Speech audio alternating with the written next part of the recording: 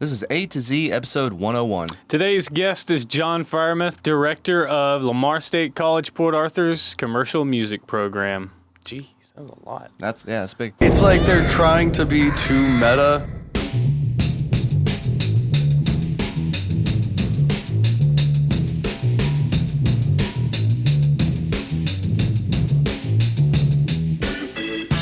Hey everybody, what's up? My name's Aaron. I'm here with my co-host Zach. Hi. Welcome to the A to Z podcast, where we sit down with the folks that make Southeast Texas a better place to live. If you're new to the show, thanks for checking us out. You can find us literally everywhere. We're on YouTube now. We're on Spotify. We're on iTunes. We're on Google Play Music, iHeartRadio, all the apps. You can find us anywhere. We're on A2Zpodcast.com. And we also have a phone number. You can call or text us, 409-206-2971. It's flashing on the bottom of your screen if you're watching this.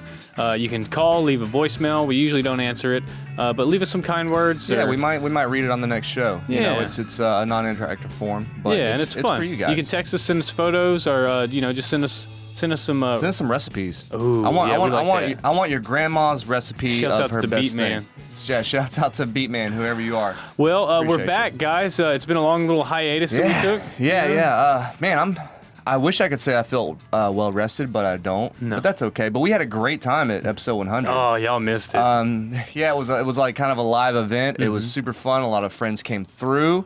There was challenges. There was live readings of erotic novels. It was Pug Johnson played for us. He played. We had a debate about the Astros. It was really That's right, dude. It was a good time. People called in, great. and I want to thank everybody who called in. Absolutely, everybody who donated. Everybody had kind words. Yeah, many kind words. It was really humbling, and it was a good celebration of 2 years of doing this thing, 100 episodes, and it's kind of great though because the timing is perfect for episode 101 because John Freyermuth is a director of a college program. So he teaches, audio 101 to all the students in the area. Yeah, this is going to be a very interesting episode, I think, to listen to because this is one of the ones where me and Zach are very different, where he had a existing relationship with Freyermuth. I had no idea who it was. I was expecting to see like a 72-year-old like doctorate, and I get there and it's some guy from Boston who says ill like whenever something's cool and it's, And I was taken aback, and I had a really good time. And it was great. It took us a while to get him on the show. He's a busy man. We recorded all through their equipment. Yeah, that's the coolest thing. We did this one on location. It sounds great. We did it through all their equipment. We did it at their studio. This is our first on-location interview, I guess you could say.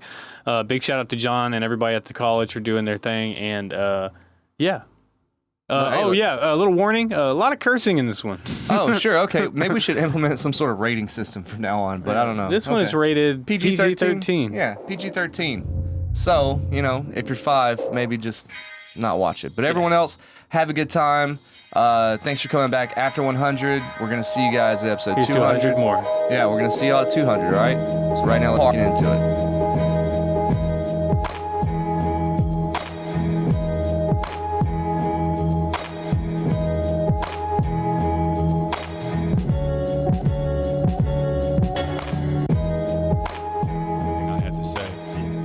In all honesty, and every time I work professionally, I'm always wondering so-and-so must have been busy, or they must have a low budget, or there has to be some reason why they're coming to me. Yeah, why is it me? Exactly. I don't know why.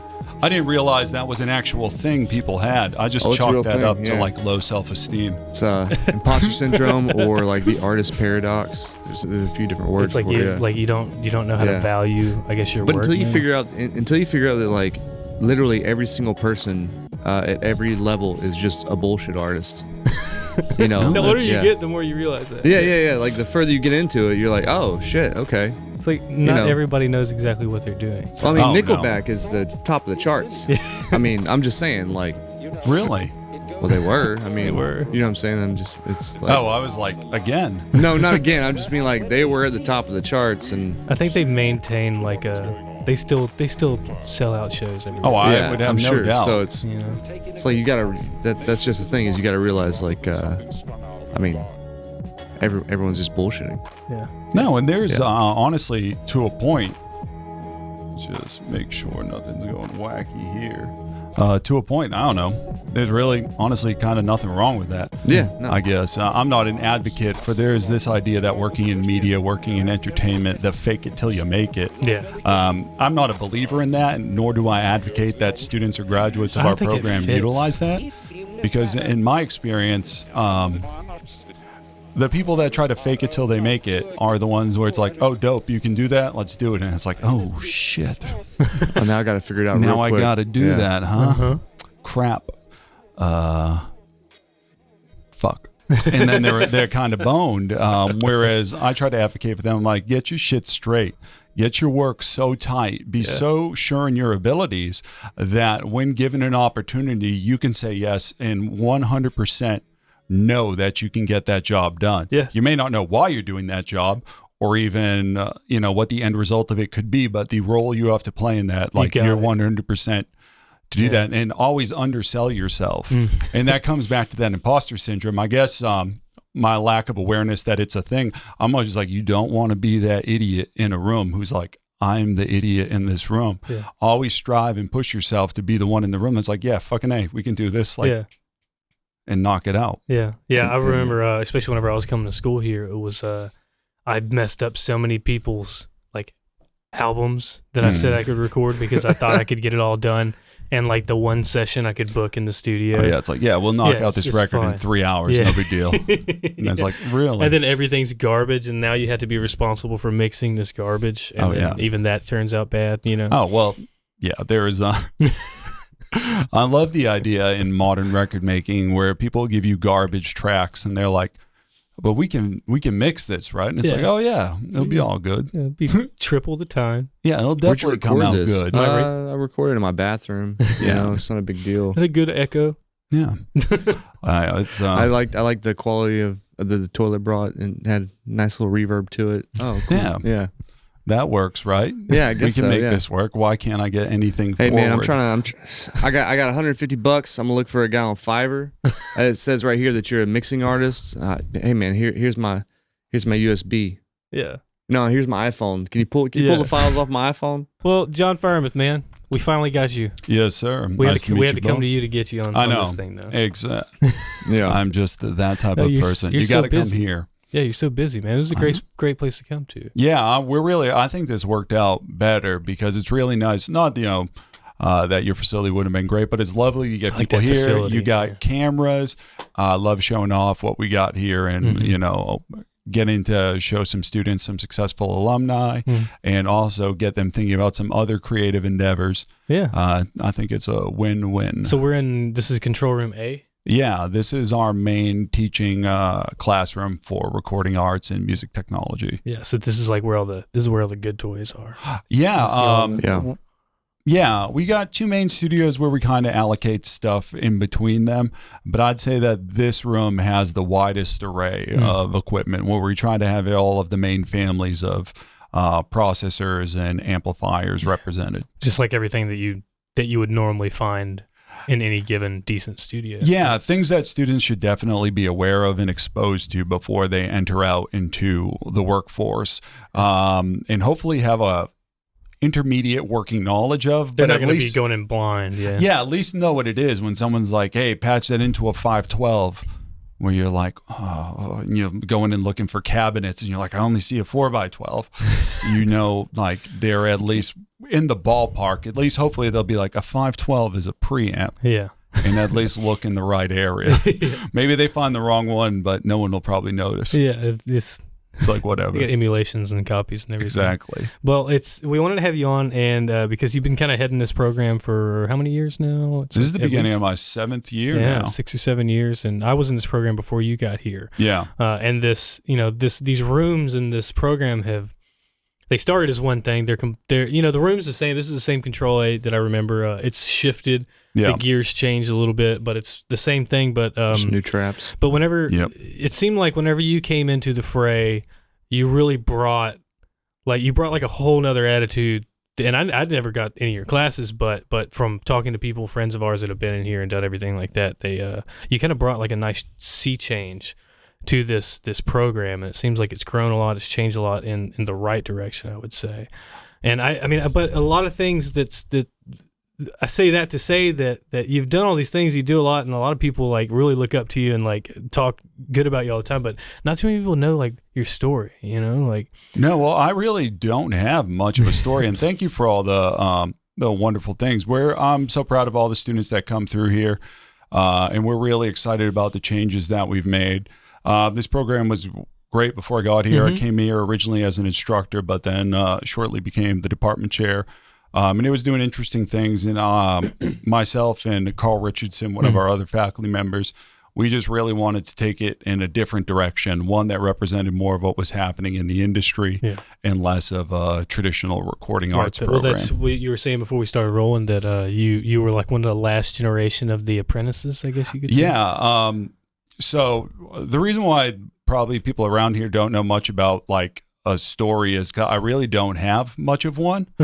Like, weren't even born, you just kind of manifested. Yes. To be completely serious, I kind of have always just had a very singular objective and approach to stuff. And from a very young age, I knew that this is what I wanted to do, to make records. Yeah. And I've kind of made it so that's all I do. That's all you do is just make records. Like where'd you start? That's my pretty you said much like 9. Yeah, you were 9 whenever you were working in studios. Like how when I was get really young, I got exposed to music production in the recording industry. Weirdly enough, through a magazine, and then through a friend of mine's older brother, as the story goes usually. Yeah. And he worked with some local rap groups. I'm from Massachusetts, so he worked with some rap groups around Boston, and he exposed me to. There's rap in Boston? There is rap in Boston. Is it like Irish rap? Oh, it used to be. It's a multitude of other types of rap. Interestingly, one of the greatest rap groups of all time has a little bit of a Houston and Massachusetts connection. Oh, yeah. What's that? Yeah. So the New York-based group Gangstar, produced by DJ Premier, who's a Houston cat, and led by Guru, who was a prolific rapper and came from Revere, Massachusetts. But they both came to New York to come together and make it happen. But I'm not saying it was a good rap scene, but it was interesting, and I looked up to him, and he made cool types of music, and kind of, I don't know, exposed me to this type of shit. Yeah. And was it just like a home studio kind of thing? No, like proper studios. Yeah, you said tape, right? Like, yeah, primarily you're cutting and gluing and no gluing. Tape. No, yeah, tape, right? Not arts and crafts. But he exposed me to like what it meant to make records, and so through him, I got involved with a lot of people in that area, starting to put together records, and I learned about the craft of it, and I got to work at a lot of really great studios up in Boston, meet a lot of really interesting people, and start learning from the ground up. So first it's, testing and calibrating equipment and not knowing what I'm doing, but just, plugging something in and turn it till it says 1.228. And it's like, I don't know what that is, but it's like, sure, I can do that across every channel. Yeah. And then doing that, So was that like biasing? You're like biasing all the channels? Or like kind of. It's more like, I guess the quickest way to describe it would be calibration. Yeah. And the biasing procedure could be viewed as part of that. Yeah, because you got to line the tape grooves up, right? Like there's tracks on there. Yeah. But you were doing this for hip hop music. I was doing it for a bunch of different stuff, but I primarily got introduced to it with hip hop music. Then, interestingly, ended up working with a lot of jazz and classical music. Yeah, but that's a spectrum. Getting back to hip hop. Yeah, well, Boston has a really incredible classical and jazz music scene, primarily because of the New England Conservatory and then Berklee College of Music. Yeah. Both of them put out like heavy cats. Yeah. So there's all of them looking to record. You do studio sessions. Would you ever do like on location, like halls and stuff? Like that's like you. Whenever I would get like what was that, a Tape Op magazine and stuff back in the day, like those were the guys that you want to read about. The guys that would go out to a hall with like 3 or 4 mics. And I always hated reading about that stuff. I was like, oh, this is dumb. I think because I did it. Yeah. So I I didn't have like a lot of interest in that. It's like, I know how to do that. Yeah. Explain to me something I don't know. Yeah. But I was young and dumb, and that stuff's kind of cool to think about now. Integrating field recording or location recording. I mean, that's really a huge part of the industry now. I mean, I get a ton of records to mix, and nothing's cut in a proper studio ever. And it's a lot easier now than it used to be, I'm sure, too. Oh, my God. Yeah. Yeah, I don't know. I probably sound like that old guy No, who's I mean- like, back when I was young, kids. But like, Back in my day. yeah, for real, it was so expensive to get into the recording industry, Yeah. even 20 years ago. Yeah. The concept of having your own home studio to the power that you can Yeah, have they now. Prince. Yeah. Yeah, it's like, it's insane. Yeah, Exactly. I mean- you need Yeah. to build like Yeah, Paisley you're right, Park yeah. in your house. Yeah. It just wasn't going to happen. There was home recording, but you know, it was relatively shit compared Yeah. to what it is You now. get like one of those like 1-inch reel to reels or something, or what is it, like the Oh, half-inch tape or? Yeah, probably like a TIAC 3340. Yeah. Just like a 4-track 1/4-inch machine. Yeah. Those are really, really popular. But the Beatles did Abbey Road on one. Oh yeah. You know, like they did it on a 4-track, or they took 2 4-tracks and put them together, or whatever they did. Yeah, there's lots of, I mean, there's just hundreds and thousands of incredible examples of stuff that was done with limited technology. Yeah. It's just now probably part of what the problem is, I mean, everything's at your fingertip. You can, I mean, it's Everything. dope. Yeah, I mean, I probably have emulations of every piece of gear in this rack. Oh, you know? yeah. and then it comes stock with the $100 software. And if you don't, you're made to feel like a putz. It's like, why don't you have that? Oh, you know, you're not messing with that? Yeah. What's wrong with you? Yeah. Whereas kind of before, when I was in my youth experiencing a lot of this for the first time, you just used what was in your room, what was tool. in the studio you worked at, and you weren't really cognizant of other things at first. It was like, well, here's what we got. And you learned how to work that, and that was a unique part of what you did at that location. Was the equipment you had. It like had a huge impact on the sound of Every your studio. every studio had a different sound. Yeah, not to the degree it was in the 70s when everything was made in-house, but still everyone had unique things. There were staples across all of it, but every room had its sound based off of the acoustics and the equipment in there. Yeah. Now, though, it's like with the proliferation of software, everything's on the same thing. Yeah. And it's Is that a kind of boring. is that a challenge though now with like being the head of this department and everything? When you get new students coming in, is it harder now than it used to be because they come in with all these ideas in their head because it's so accessible, right? You know, it used to be kind of mysterious, and now it's because everything's digital. Like you said, you have emulators for all of this, so it's really, really easy for someone to kind of like teach themselves. And I guess in my I can see an tenure here- 18-year-old coming in here with like all their own ideas that might not necessarily be right. Yeah, Yeah. that's always been an issue with Oh, okay. students. And there, for every like student that comes in being like, I don't know what this is, I want to learn it from the ground up, there are 100 that are like, here's what I do, here's all I want to do, just show me how to do that better. Yeah. And there is challenges with it. Part of the challenge is then finding ways. Oh, my apologies. Oh, it's your friend Jody. Is that Rio? What's up, Jody? Shout out Jody. shout out to you ruining our episode, Jody. Thanks a lot. It's just like him. I Yeah. know. It's just like He's a him. ruiner. Yeah. No, not at all. Jody actually teaches here, and we're really Yeah. lucky to have him. He's doing a lot of really great stuff. Oh yeah. But one, the challenge is a lot of students, they learn a quick way to do things. And one of the biggest issues that we have is kind of just slowing them down and showing them a little bit of the nuance in the procedure of it. And oddly enough, the biggest change we've encountered is trying to get students to use more of the physical things. Like, it's like, why would I use that? Like, You just drop the plug in on yeah, it, you know? I got that in Yeah. a plugin. Why Yeah. why should I use that? And why should I record through this? Or why do I need that? Or why should I use this drum machine or this synthesizer? Because it's awesome. Look at it. It's got the lights in it. Exactly. Well, then it's just that, and you begin at the start of their tenure here. It's like, well, how do I explain to them the advantages of using this and not come across as like a pretentious know-it-all prick? Yeah. And I always struggle with that. Well, it's like the one thing that I've found that I've learned, especially over time as I've grown in my sound career and as I've worked with better gear, is especially, I mean, whenever I first started coming to this program, I didn't know anything.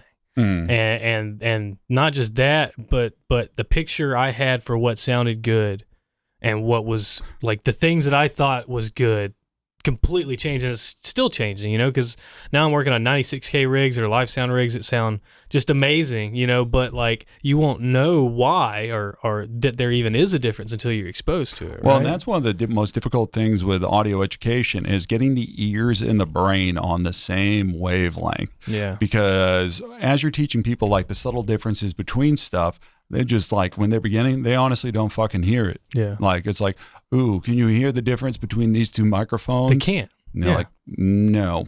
So that must be a weird thing to try to communicate too, because it's pretty abstract. Yeah. Sound as a concept is just kind of abstract.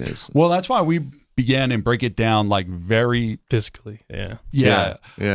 Elementary level at the beginning, but we break it down to like the science of it, the physical components, and we build that up as to why certain things sound a certain way. So as they get exposed to the technology, as they get an understanding of the physics of what governs like sound in space or the capturing of sound digitally, they begin to understand the differences between the materials. So when you understand, the relationship of pressure waves moving through a system, then the capturing of those pressure waves, and then the converting or the transduction of them to electrical representations of those same physical pressure waves, then you have a tangible point where you can talk about the differences between the technology and the equipment used to convert those varying sound pressure waves into varying levels of alternating current.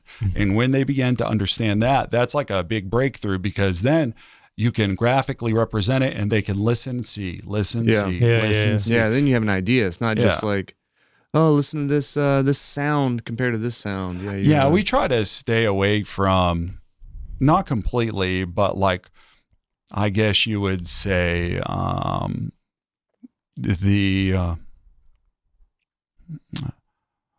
like type of statements with this. Right. Do you like this sound, or this is better statement? Sorry, it took me a while to formulate that sentence. Like, this is better than that. We really try to stay away from it, because I'm a firm believer, like, I don't know, we're in 2019. All this shit's pretty fucking ill. Like right now, like everything is pretty fire. Like students like, I can't make a good record on my Scarlett. Like that Scarlett is actually dope. Yeah. Like first of all, you can drop it from like 5 feet up and nothing happens to it. Throw it in the backpack and record anywhere you want. Exactly. It's like plug and play on most devices. It's incredibly clean for the money. It's like, no, man, you can make a record with that. That's dope. Like 10 years ago, I'd be like, oh my God, this is incredible. And for $149, it's like, what'd you pay for this? Like it's $3,000. Fire engine red. Yeah. Exactly. Yeah. And the accessibility of that is awesome. Yeah. But giving students a firm foundation to understand what's going on, and then to build upon their understanding as their ears catch up to their brain, really, really helps them, because when they understand what's happening, they can then kind of hear it a little bit better. It leads the ear. But that's like primarily, like, I know I beat students to death with it, but just hit them over the heads with like basics. I mean, we're only a 2-year program, but we spend most of our time talking about phase relationships and gain staging. Yeah. And it's like, that's all we do. The next one is what? Troubleshooting. Signal flow. Yeah. Well, when you understand signal flow and gain staging, it's all about the in-outs. And everything's going to happen between the input and the output. Yeah. So just trace it. I mean, the most valuable skill that I have, especially in live sound, is that I can generally hear like an issue and know most likely what it is, whether it's RF or whether it's, bad cable or the mic's gone bad or like power, and you can generally hone it in on that and fix it within, at least, a few seconds. Minute, before really most people in the audience notice. Even know it happened. Yeah. And that came from learning things like that. Yeah. And that was that was the most important thing, is learning that sound is physical. Yeah. And, it's something you can fill a room with it. You can aim it. You can do all these things. Like, that's the game changer, as far as that snap to.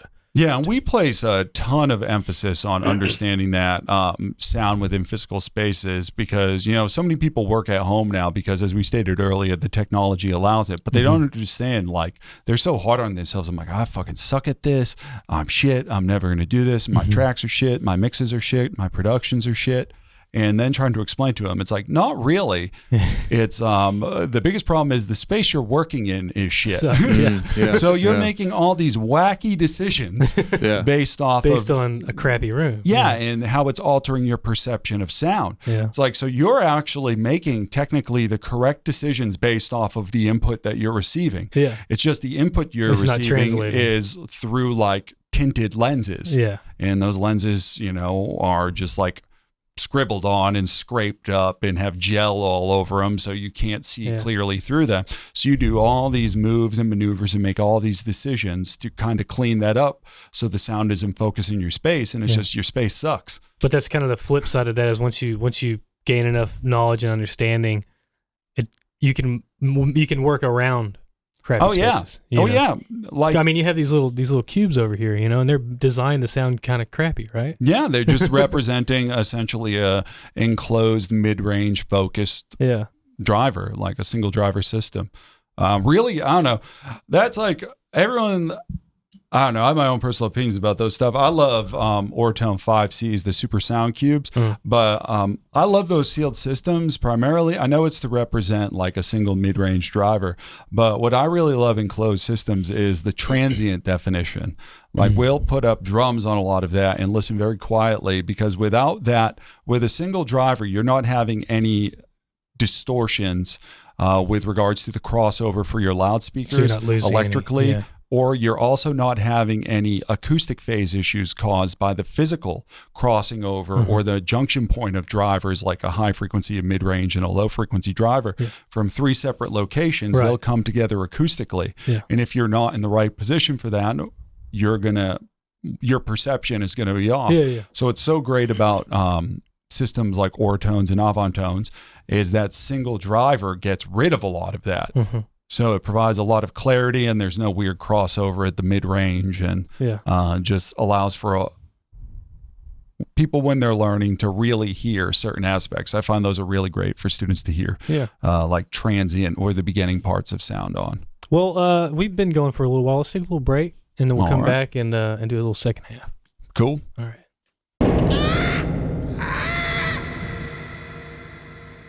Hey guys, this is Tim over at A to Z Movie Night. Don't forget that A to Z Podcast is funded in part by our patrons on Patreon. If you would like to support us, head on over to patreon.com/A2ZBMT.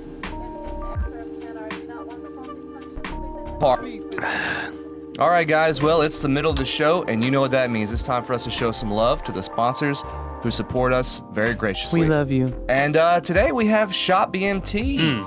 They got hats, T-shirts, stickers. Look, I got one right here on my laptop. See, I got Beermont, and I got the Jefferson's Marquee. They're really cool, man. They have a lot of cool stuff. You can view all the merch they have online at discoverbeaumont.com/shop, or you can visit the Civic Center box office Monday through Friday from 9 a.m. to 1 p.m. And they also do a lot of pop-ups around town, so if you go follow their Instagram at shopbmt.tx, you can find out where they're going to be. They're everywhere. Any shows or any kind of first Thursday, they were at Tacos La Bamba the other day. We call them at La Bamba, Yeah, and you can also go on their shop online and order it. But if you want to find out more about what's going on down there with Beaumont events and all the things that they're putting on, you can go over to discoverbeaumont.com. That's right, rep your city. Get that swag. And right now, let's get back to the episode.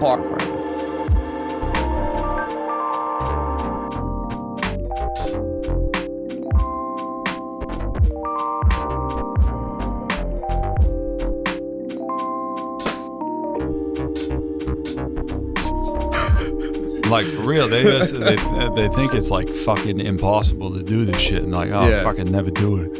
And it's like, it ain't that fucking hard. It honestly, it really isn't. Like, I don't want to downplay something I've dedicated like my entire life to. No. But it's a pretty fucking simple thing. No. Things come in. Yeah, don't and tell them things that. go out. Yeah, don't tell them that. Oh, that's all Don't I let tell them. I'm like, you fucking morons.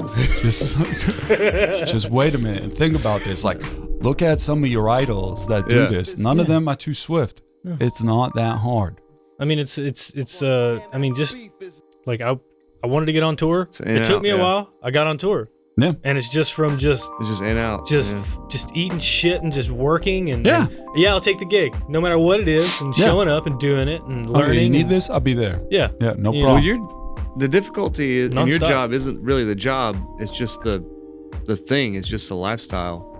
Yeah, You know, yeah. it's Well, like- there's a lifestyle of mixing. Like you No, sit but in front of a they computer freaking- for 10 they- hours, you know. One of the guys on the bus threw an alligator in the in the That's tour different. bus. That's I'm just saying, like, that's the That difficult is a part. bit- Really, Well, that's an odd lifestyle choice. yeah. choice. It's not.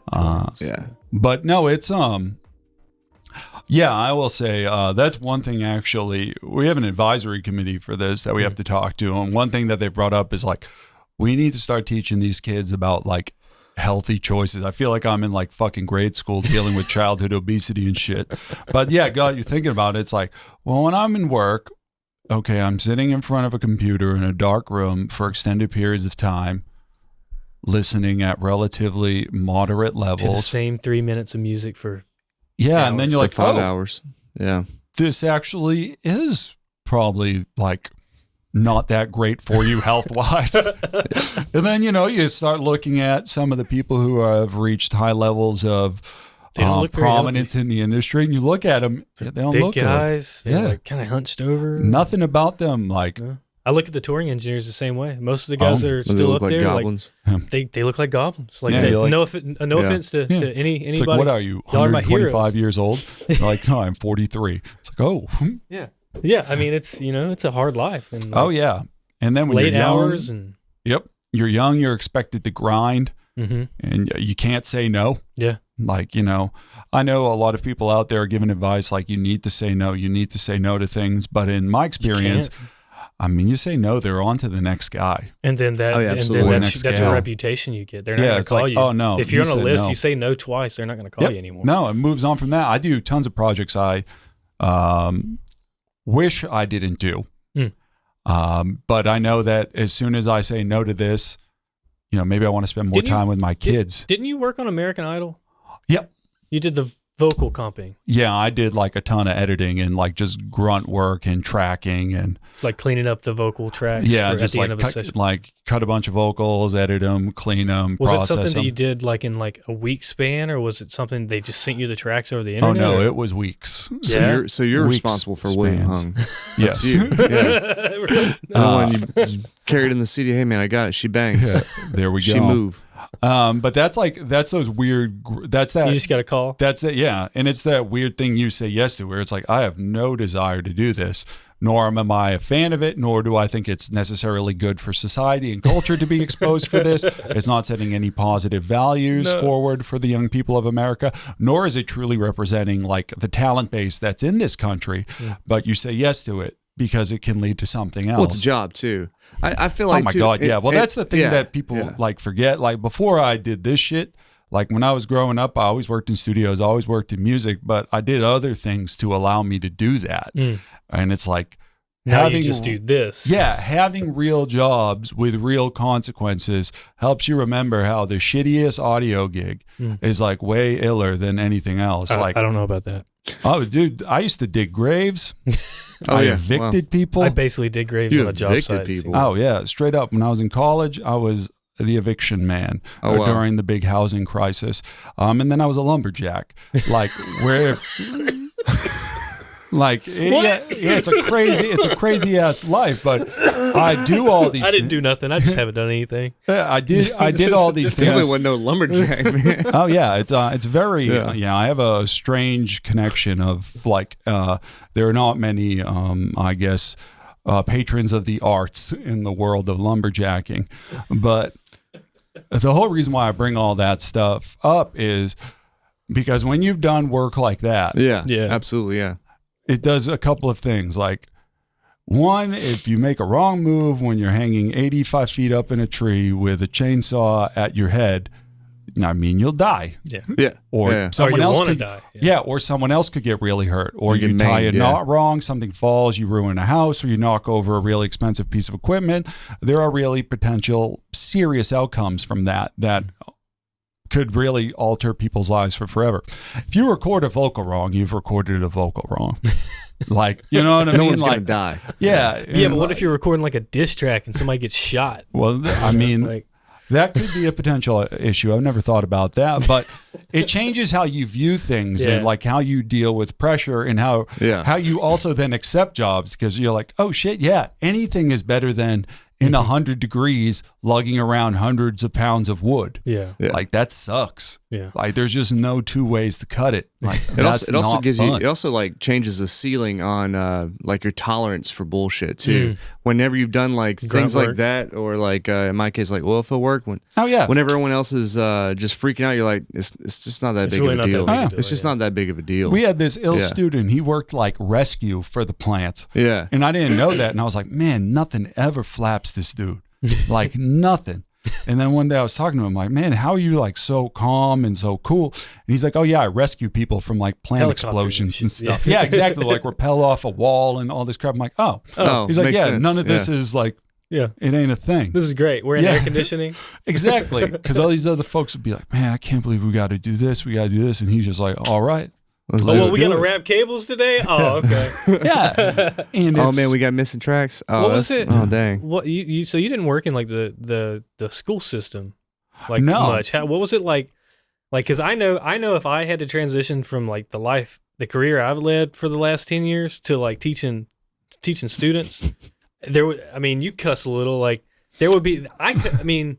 It's like an audio thing, man. We just don't give a fuck. Like no, and there, it's like a complete like attitude change. You almost have to do. You kind of dial it back. Yeah, well, you gotta adopt a character, and sorry if there are any students listening. Is that like the sweater with the collar. Exactly, like, I definitely have adopted a character to be at work. Yeah, and there are moments when my actual personality comes through and my actual views on things come through.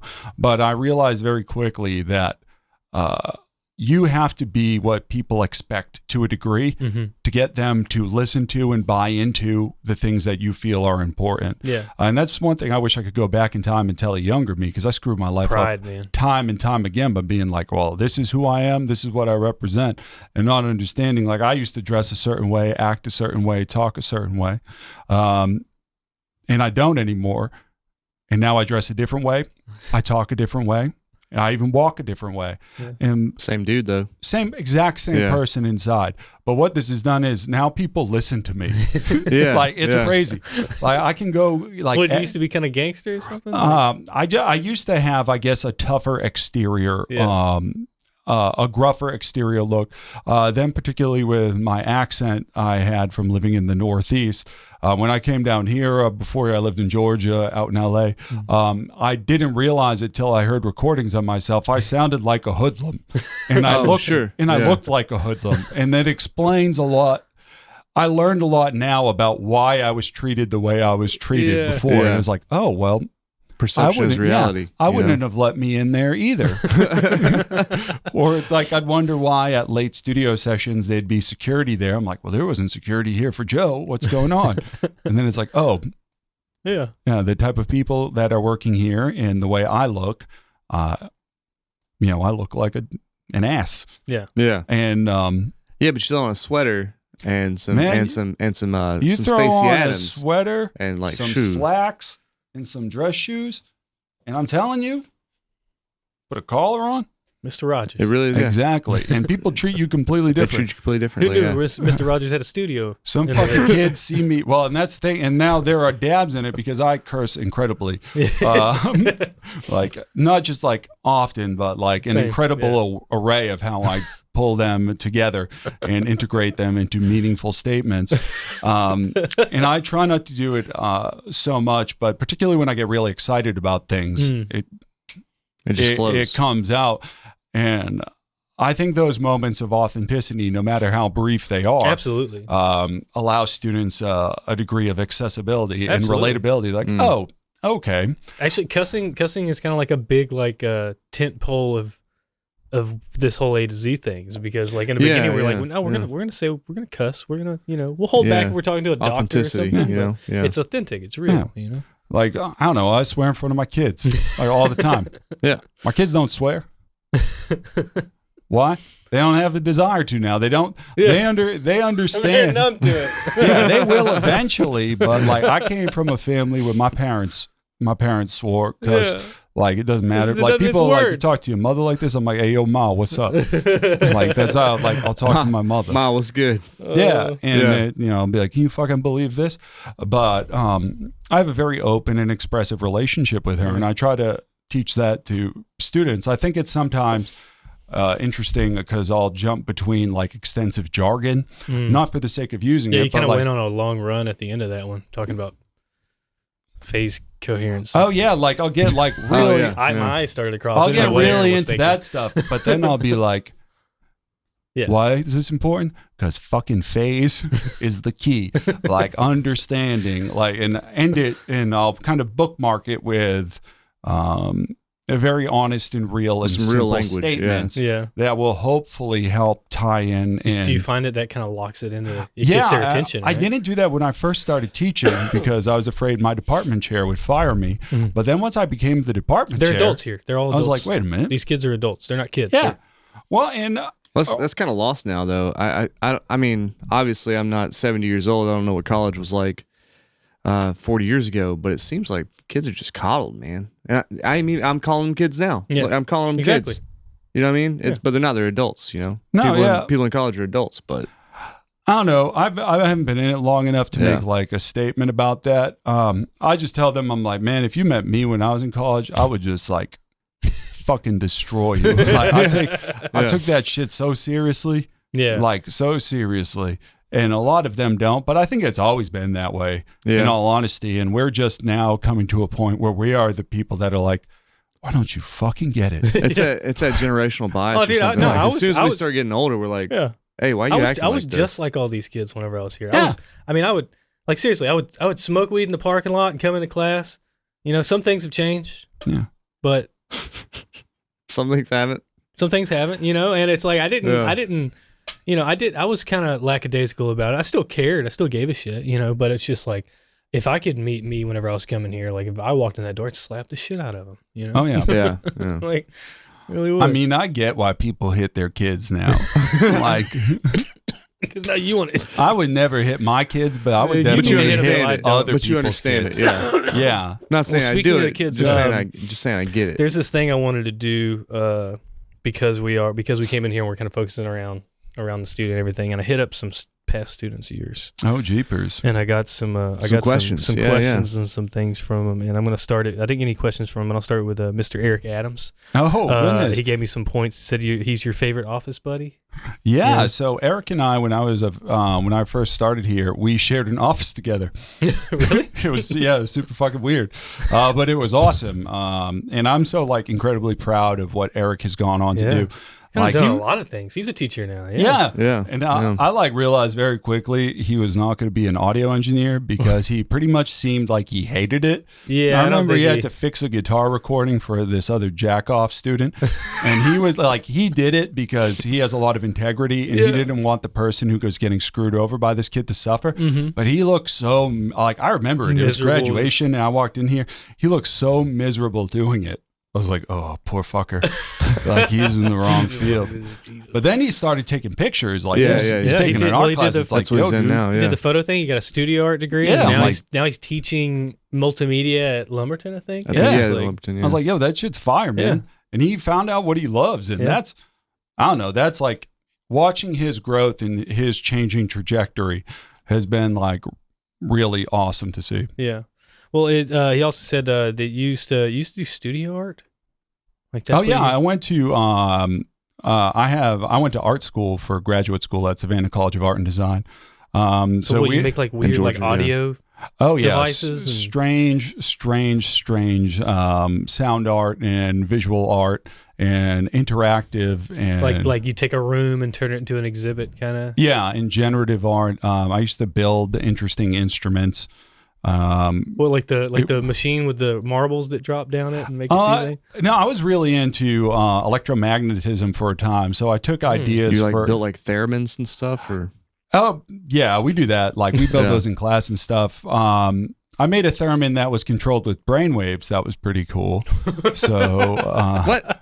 yeah, Wait, like what? one of my favorite composers and artists is Alvin Lucier from Wesleyan University, and he did a piece of music called "Music for Solo Performer," where he took an EEG and he took the output of that and amplified it enormously to control the playing back of drums. So I took that same concept. I took a toy called the Mattel MindFlex. I took it apart, and because it's an EEG, essentially sensor. Yeah.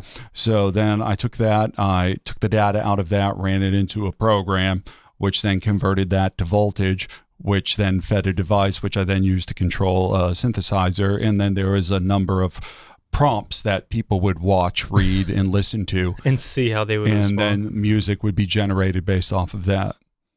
Do you have what? It's just data conversion, really. I mean, yeah. Yeah, Okay. that's essentially what it is, and then just monitoring, Right. treating it as control signals. He But I also- would do weird stuff like Yeah. that, and I was really into that when Eric was here. Whoa, It's pretty cool. that's Yeah. crazy. Shouts out to Eric. He also said you're into pie, right? I love pie, Pie. absolutely love pie, apple pie, like Just any pie. Yeah. mainly apple pie. Okay.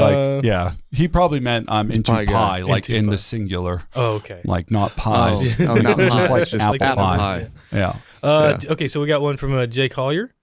He says, he asks, why is arts education important to you? What in your life led you to where you are now? That we kind of got covered that. Yeah. So, like, what? I mean, arts education is pretty important to you because that's Yeah. Well, I value anything that teaches students to question and think critically, and not even students, just like anybody, problem People. solving and critical thinking. And I think one of the difficulties in arts is quantifying the unquantifiable, saying what's creative and what's good, and something that does not have definitive parameters, like a definitive yes or no. how do you put a Yeah, things value on are something? so That's subjective. Yeah. So because of that, in order to kind of evaluate work, you have to pose questions, which then the students must respond to. And they have to think critically about your question and then evaluate their response. That right great. there is awesome. Getting them to question them. If I tell them like, that recording sucks, which I tell students all the time. Yeah. And I'm like, why? Why does it suck? Yeah. And then they have to figure and out. then we have to talk about that, and Run then it we back. realize that there are some subjective elements as to why it sucks, and then there are some objective elements as to why it sucks. And some of those are purely opinion based, and others are backed up with like technical specifications, and really like this is not translating to the audience. Yeah. And the ability to think critically is really developed in situations like that, because you could take someone with a recording and be like, do this, this, this, this, and this. Yeah. And that's not really teaching them anything. Or it's like It- live sound that people say it's too loud, but it's not too loud. It's just like the highs are too. Yeah, exactly. Yeah, So yeah. it's like, Yeah. oh, actually, because so then maybe you pull the level down. Yeah. And then they're like, what the hell is this? Yeah. You're Yeah. like, well, you said it was too loud. And then you understand, like, oh, wait, loud is a perception. It's not a physical measurement, unless Yeah. we're getting into like loudness units. Yeah. But perceptually, so what makes something loud? Right. And just with that statement, if you can critically analyze and break down what they're actually saying, then you can solve their And problem. deliver what they're, Yeah, and you can do what they want. Whereas if you're just like too loud, turn it down. Then it's another complaint. Yeah, then you're failing. And that's Right. I think that's the most important thing about arts education is no matter the Critical discipline, getting people to evaluate statements and think about them critically before they respond. That's great. These we get a lot of good questions from these people too. Garrett Lindsay, he said, "What are you laughing?" He's just Garrett just makes me laugh. Like, Makes just- me laugh too. Yeah. He's a funny guy. Garrett Lindsay asks, "What financial advice?" This is a really good one. What financial advice would you give someone looking to start a career in audio? And what should I invest in? What should I save for? Oh man. I think audio is awesome because it can be viewed as a retirement to a degree. I have a lot of. If you get good enough at it, you can make enough work to. Well, if you buy the right things, they appreciate in value, which is really kind of mind blowing for a lot of these students. Including your skills, right?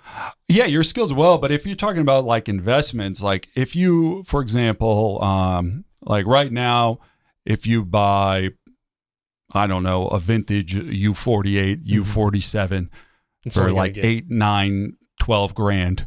That's a huge investment. Originally, those microphones could be purchased for $500 to $1,000, and not even that long ago, you could get them for like $2,000. Yeah. Yeah. If you buy the right stuff by analyzing market trends and seeing what's becoming popular or what's being utilized professionally, you can then buy a piece of equipment that Yeah. will appreciate in value. Yeah. Like I'm super into tape echoes. I have like a billion. You got one right here. Yeah, I have like a ton at my house. And I bought them like, man, I bought some in the Wherever late you find 90s, them, early yeah. 2000s for like $50, $75, $100. They're all And worth now $1,000 they're at worth least. like, yeah, a couple grand. I got a couple. I want to kind of interpret his question as like maybe advice you would give to somebody, especially the career question, because like especially in the beginning, whenever you're young and you're just like hungry and hustling, Cutting teeth, yeah. like how, I mean, what kind of finance to survive, I guess just working double jobs and just taking whatever work you can. Yeah, I have a couple things with that. First thing I would say for that is, one, always charge. Don't do anything for free. Absolutely, yeah. Like, that's a good one. I don't do anything for free. Mm-hmm. I know. Another thing would be to come up with reasonable rates. And to do that, you have to analyze what your expenses are. Mm-hmm. That will always be there versus your earning potential. Like, what can I do? What can I then do to meet these expenses that I have, and then calculate a methodology for charging for that? Yeah. So if I need to make, for example, $1,000 a month and my skills are worth $25 an hour, how many hours of work do I need to do a month to make that $1,000? Yeah. And then you have to ask yourself the honest question, can I get that much work? And if you can't, you supplement your income with another job.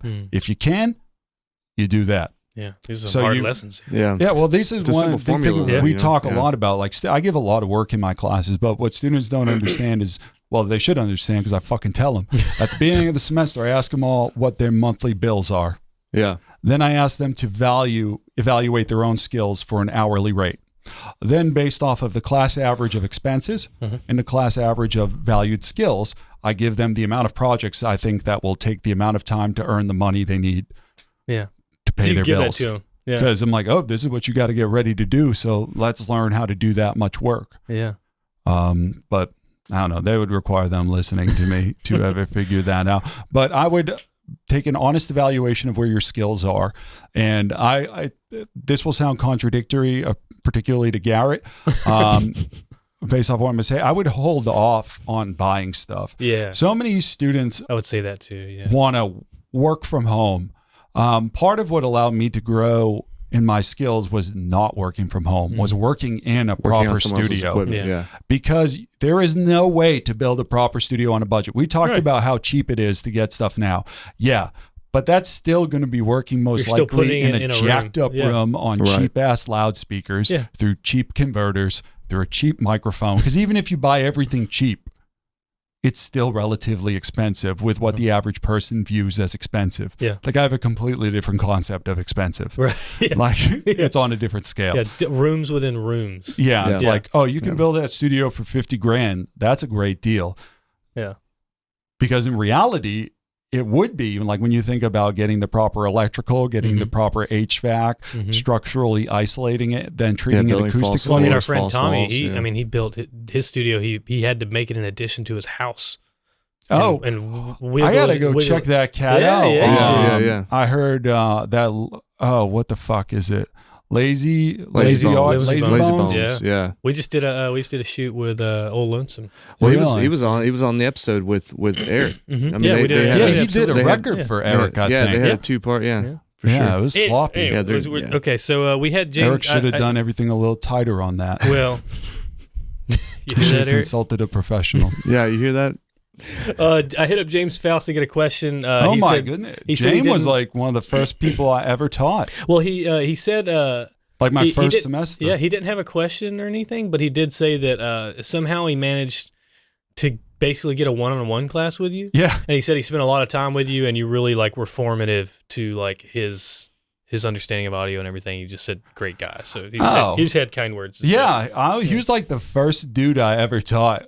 Yeah. Which I'm glad he got something out of it, because comparatively, I probably was like talking You're just- indecipherably at Yeah, he that probably point just in time. got to hang out with you and listen to you just gush about Right. audio. Oh yeah, That's great. early Like, I in would my pay for that teaching class. career, I did not understand when to stop with a lot of things. Mm-hmm. So if someone would be like, "Do you like LA2As?" I'd be like, "I like LA2As from this era, made by this person." And I'd get like super deep into it. I'd be like, "I love Let the me one." tell you why. Yeah, exactly. It's like, want to open one up? Let's do it. And really, they like didn't give a fuck about it. They just wanted to like start a conversation about some other shit. But we'd spend like 3 hours, like, be right back. I'm gonna drive home, get an LA2A. We'll open it up. Yeah. We'll I get need to out. change the caps on this one. Yeah, I guess we'll go to get the out an hardware store and- oscilloscope. We'll compare these two vintages. It'll be awesome. And no one gives a shit. I would give a shit, John. Okay, and then we got the final one is Justin Gilbert. He said, these are good questions too. He said, Justin gave a shit. Yeah. Has educating others affected your own workflow or skills, or is there anything you wishes you would have known before becoming an educator? Oh yeah. It's totally altered how I work. I had no idea why I worked the way I work. I didn't even know what I liked. I really didn't. I just kind of like, I was under the approach of like, I'll just turn things till it sounds good. Yeah. Which is complete and utter horse shit. Like, I knew exactly what I was doing. I just didn't, I had to like tricked myself, I guess, or sold myself a line of bullshit as to like artistry and mystery and magic around it. It's like, you know, like the black art of audio engineering. It's like, or mixing or record making. It's like, I just react to what the people give me and I give them something back. It's like, no, I know like every fucking piece of gear I use like inside and out. And if I have a new piece of gear, I'm going to like go get a manual, read it, find someone who's opened it up, look at it and find out how it works. Yeah. And then teaching helped me understand that about myself. Like the way I work through stuff is I first have to have a firm understanding of the operating principles of that, run it through a bunch of tests essentially, and then I log it and I'm like, oh, okay, like LA2A, it's like I've used LA2As on a ton of shit. Now that I know exactly what I like them on and what I don't, like I've used enough LA2As to know like, oh, LA2As are dope on slow male vocals. They're dope on like sibilant, slow female vocals. LA2As suck ass on things that are fast. Yeah.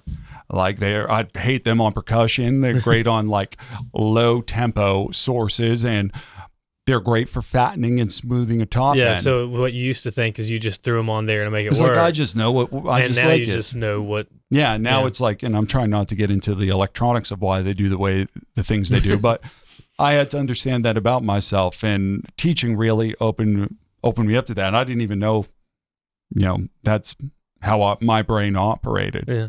So that was really good. And I wish someone told me before I got into teaching that not everybody likes this as much as I do. Like that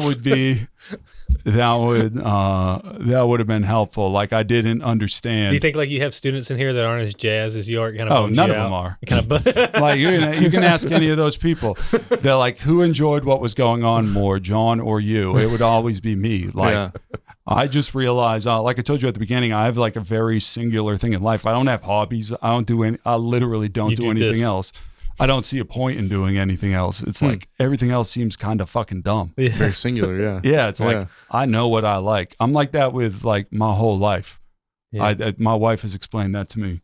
Like I either really hate some shit or I like really love it. Yeah. There's like no pie. You're not in the middle. Exactly. Yeah. There's no real middle ground with things, and I don't do things I don't like. It's like, nah, it ain't happening. That's a good thing though. Why waste your time? Yeah. Why waste your time? Yeah. So I wish I could go back to all of my earlier students and maybe tame down my enthusiasm for stuff and teach at an appropriate level for where they're at, and also recognize like they're not going to go home and work on making records. Yeah. Like they're probably going to go home and get high and play a video game and chase girls or chase guys or like go do dumb shit. Yeah. Yeah. And it's just like I never did that or had like so you didn't really have a concept a desire to. It's like, what do you mean? And I probably made a lot of them feel really bad about themselves about like normal growing up things. I'm like, you went to a party? Like what are you doing with your life? This badass studio. You know, you want to make records and you're going out meeting people and talking to people. And now you're supposed to be a goblin. Come on. Yeah. Now exactly. Now it's like come join the party. I've come full circle, and now I'm telling them like you can't just be in your room all your time. Yeah. You actually have to meet people because they're the ones that are going to pay you to make their records. Yeah. So I know those everybody that Zach just talked to you about were some of your students from like the past. I know a student like that's very new. He's a buddy of mine, Eric Rizal. He says he says you're the man and all that stuff too. One thing that me and him, we've had like lots of talks about audio and music and a lot of stuff like that too. One thing about him and other students like him is that he's also a musician and he's trying to be a tech guy as well. And that's like so hard, right? Like it's easier for the musicians, I would say. You think so? See, the musicians have such an easier life being an engineer. I feel like it's not because I think so. It seems like it's harder for them to separate. I think musicians like musical engineers over just engineers because me not having a musical background seems like an issue sometimes. You don't get the same level of respect. This is where I was gonna go with it too. I was kind of ask this question, but since he is like that, when he was talking about doing work, it seems like everything he says is like through a bias, you know, like I like this or I don't like that. And I was trying to tell him, you know, how earlier we were talking about work is work, you know, if you get some work, do it. So like, do you find that that's like the minority or the majority? Like, is it mostly musicians that come through here? No, I'd say most people are musicians or performers of some ilk that come in, and they want to learn primarily to record themselves. Is what we deal with. And I believe that was Eric's idea to begin with. But through that, we usually see transitions where they begin to fall in love with the recording arts and like, oh, this is ill and this is creative. Yeah. With musician students, it's showing them that this is more than just like a means to an end, that you can view this as an art. And we use the analogy of like, quoted by Michael Brower, a famous mixing engineer out of New York, like you play the equipment like an instrument. Like he talks about his console being his instrument. So we found a very helpful analogy with that with current students, teaching them like, okay, you play this, you rap, you sing, you make beats, whatever. This is now a new instrument for you. And luckily though, there are a lot of people that are becoming like coming to prominence. There always have been, but newer producers and engineers that straddle that musician and engineer side for students to latch on to. Like a lot of them, like Jack Antonoff, who, you know, like produces all like the new female pop stars. He was in that band Fun and Bleachers. Well, it's like a lot of musicians are becoming producers now. Yeah, like all the kids love Annie Clark, and she St. Vincent, and she's moving. She's a Texas gal, right, or Oklahoma, some shit like that.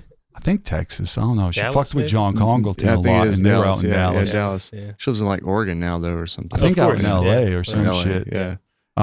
Somewhere.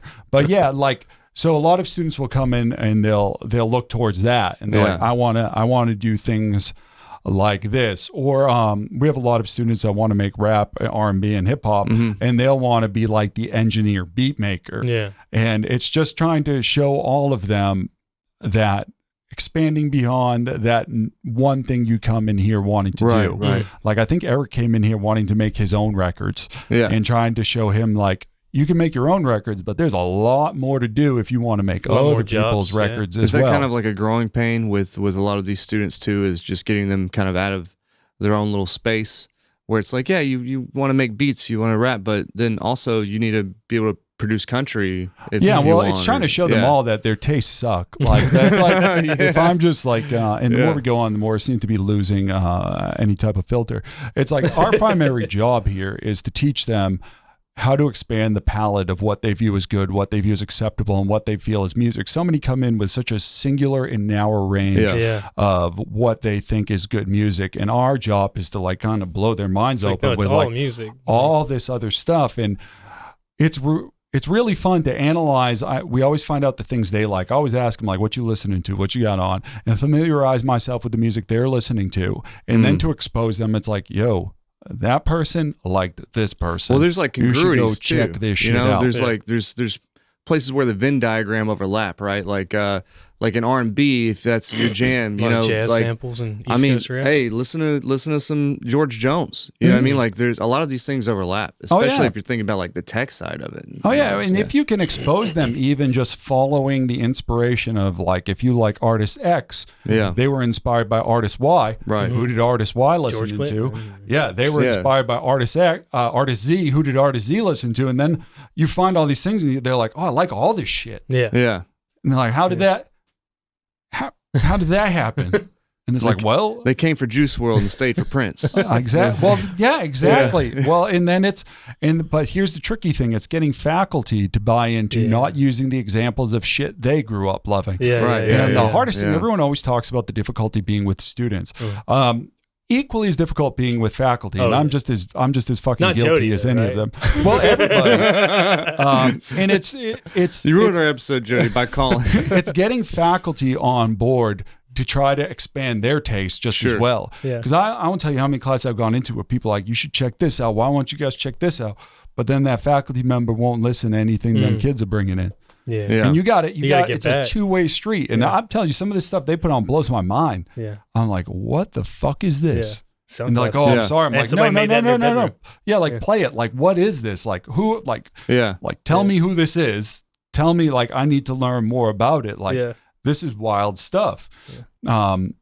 And that's a badass part about education is you begin to like my mind. The students teach flip. you. Yeah, like I learned so many ill things about music and even sometimes engineering. Watching them do like wacky, crazy shit where I'm like, what the fuck is that? Like and they're like, I'm sorry. I'm like, no, just stop. Well, it's like you there's that beginning part where you don't know shit to where you make crazy stuff happen and you don't know how you did it. And there's no way you can do it now because you know that's not how you're supposed to use exactly. that. It's the approaching it with a degree of innocence and just exploration where you're like, that's crazy. Like we had some kid, he had like a bunch of synthesizers out and he's just running them all into each other, created this horrendous feedback loop. And it couldn't stop. And he was like freaking out. He's going to blow out the monitors. I came in the room. I'm like, no. Like, let's patch this in and record this. And I was like, how the hell did you do it? Because you would never thought of it. Yeah. Well, and I would never do it because it's going to blow something up. Right. But he had it just on the precipice. He did fuck a few things up. Well, but it's all good. We can fix it. You got to break a few eggs, right? Yeah. But it was just like taking a step back and recognizing, and I wouldn't have done this before I got involved with teaching, that like, oh, that's a cool thing, and that it's okay to kind of make those weird colossal fuck ups, and then to break down the material afterwards and be like, oh, that was kind of awesome. When I first started teaching, I'd be like, unplug that right now. Yeah. You know how much this shit costs, but. Well, now I kind of now like, you got donors. Yeah, that's kind of dope. And then you understand, like, as music changes, like I think I told him, like, man, you should sample that, cut that out, and you got the basis for a trap beat. Like that's your main pad in your trap beat. Like that'll be dope. Do you have anything coming up? Anything you're excited about, or while we wrap this thing up? No. Just gonna keep on hustling. Doing it. Yeah. We got a spring semester coming up. We got some dope stuff. I'm actually really excited. We're teaching our first synthesis class Tuesdays and Thursdays nights. Yeah, if anyone wants to come in. Really? Like it's open? Yeah. No? I'm like super pumped about it. What's that going to be? Tuesday and Thursday, 5 to 6:15. But we'll go later probably. Like what month? I'm going to be from January through June. Okay, this will be okay. And we're going to try to do Tuesday more things. I'm looking to start more. I want to get more community-based things because I'm like a fucking horrible person with talking to people and meeting people. Well, you did pretty good with us. And doing stuff. Yeah, but you know the chore it was to get it to occur. It only took a year. I'm very antisocial. And I think I'm going to try to break out with that and get more involved with the local community because there's some killer cats out here doing ill stuff. Sure. Yeah. And all I think that's lacking in the area is like events to get together and do shit. Yes. Like, I mean, if you need any help doing anything like that, just let us know. I'll hit you guys up and vibe out because I get to hear snippets of all these different things that are being done in these isolated small groups of people. And I'm like, well, why the fuck aren't you working with you? Yeah. It's like, go meet that guy, that gal, like you should work with them and trying to make a thing outside of school. We do a lot of that at school, but trying to have something outside of school to do that and just expose people to new and interesting stuff and see what happens. Yeah. Well, hey man, thanks for doing this. My pleasure. Appreciate it, Much appreciated. Definitely. For sure. Yeah, it's a weird thing too. I don't know why, but we've been talking about this for like a year, like he's been, and every time he said Freyermuth, I kind of thought you were going to be like 65 years old. I kind of had a mental image of you just being like an old really, studio like goblin. Like I'm a being like, not that old though. You know, yeah. Well, I'm relatively old now. I just figured you were going to be a 65-year-old dude talking about pet shop sounds and stuff. Yeah. I don't know. I like pet sounds. I like the Pet Shop Boys. There you go. Fans of both. Yeah. But it's always interesting because students come in and they're like, you're not John. I'm like, here I am. Take it or leave it. Sorry. All right. Well, that's been it for this episode. And we'll excellent. See y'all in the outro.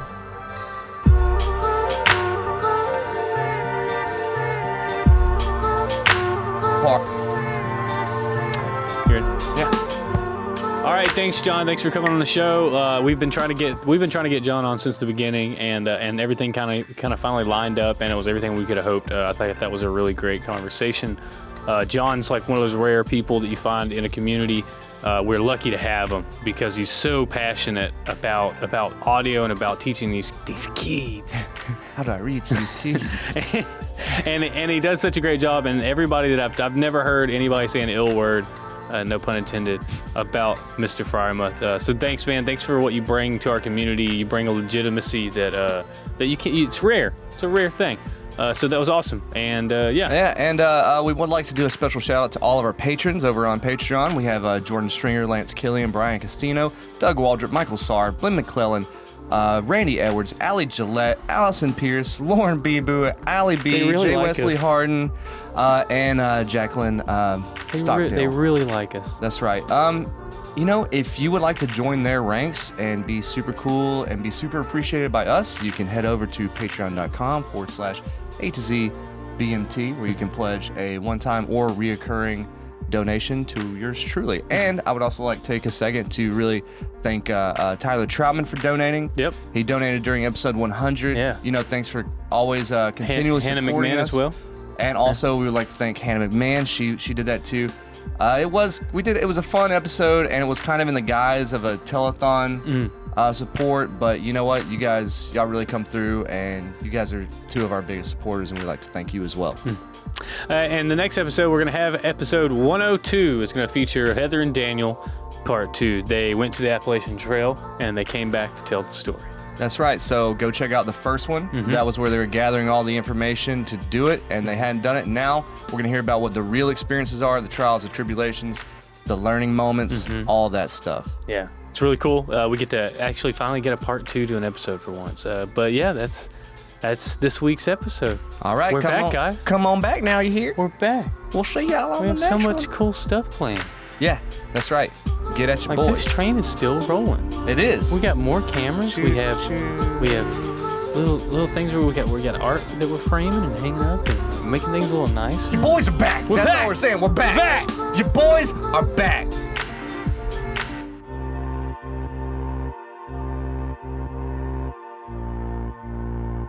All right, bye. See ya.